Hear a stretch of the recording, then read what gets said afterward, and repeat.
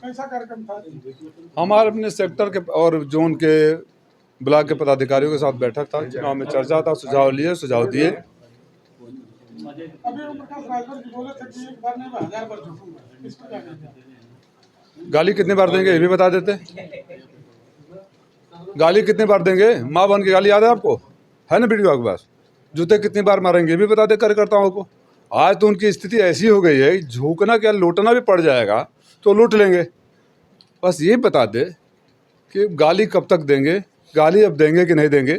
अब भारतीय जनता पार्टी के कार्यकर्ताओं को जूते से मारेंगे कि नहीं मारेंगे, उनकी माँ बहन वाले शब्द मेरे मुंह से नहीं निकल सकता, वो करेंगे कि नहीं करेंगे। जोगी जी को भीख मंगवाएंगे कि नहीं मंगवाएंगे। मोदी शाह को गुजरात भेजकर अब साबित करेंगे कि नहीं करेंगे कि अपने माँ बाप के ही, उन्होंने क्या कहा था, उन शब्दों को दोहराना थोड़ा है क्योंकि उनके माँ बाप मेरे भी माँ बाप हैं ना, माँ बाप पर नहीं जानी चाहिए, उन्होंने बोला वो बात पूछ लीजिए। बाकी अब क्या कहते नहीं वो करेंगे।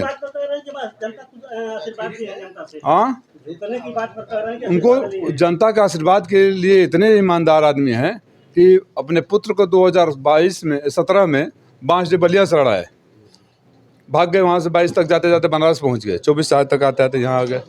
तो जनता के आशीर्वाद की, जनता का वोट का, अरे हारे या जीते कुछ हजार तो वोट दिए होंगे, उनको तो आप छोड़ के निकल लिए।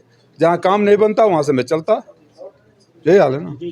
युवाओं के सवाल पे मंत्री जी भड़क गए और बोल रहे थे कि होश में रहिए। मंत्री जी को सिर्फ जुआ में अपने पुत्र ही दिखाई देते हैं दो, बाकी जुआओं को तो उन्होंने लाठी मरवाने की बात कही, जूता मरवाने की बात कही। तो जुआ उनके लिए, जुआ सिर्फ उनके दो पुत्र हैं जो हमारे स्टार प्रचारक हैं। जी सर, देखा जाए तो चुनावी सरगर्मी में डिप्टी सीएम का खटोला उतरा है, कैसे सामना करेंगे?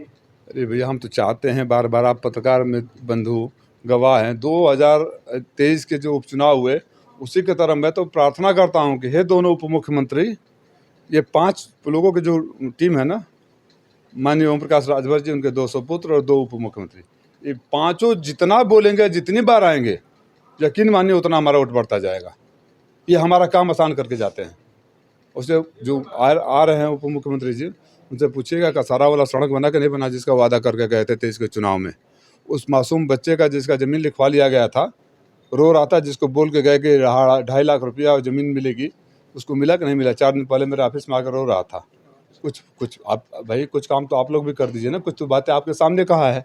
तो आप एज ए पत्रकार के हैसियत से आपका अधिकार है पूछने के लिए कि आप ये कहे थे क्यों नहीं हुआ, कि फिर चुनाव में आए। बोले थे कि 2 लाख से जीत होगी, किस हिसाब से अस्वस्थ हो गए? जनता का कौन सा ऐसा वर्ग है, जनता का कौन सा ऐसा वर्ग है जिसके लिए मैं बेटा और भाई बनकर नहीं खड़ा रहा, या कोई ऐसा व्यक्ति कह दे कि राजीव राय इस मुसीबत में नहीं खड़े रहे।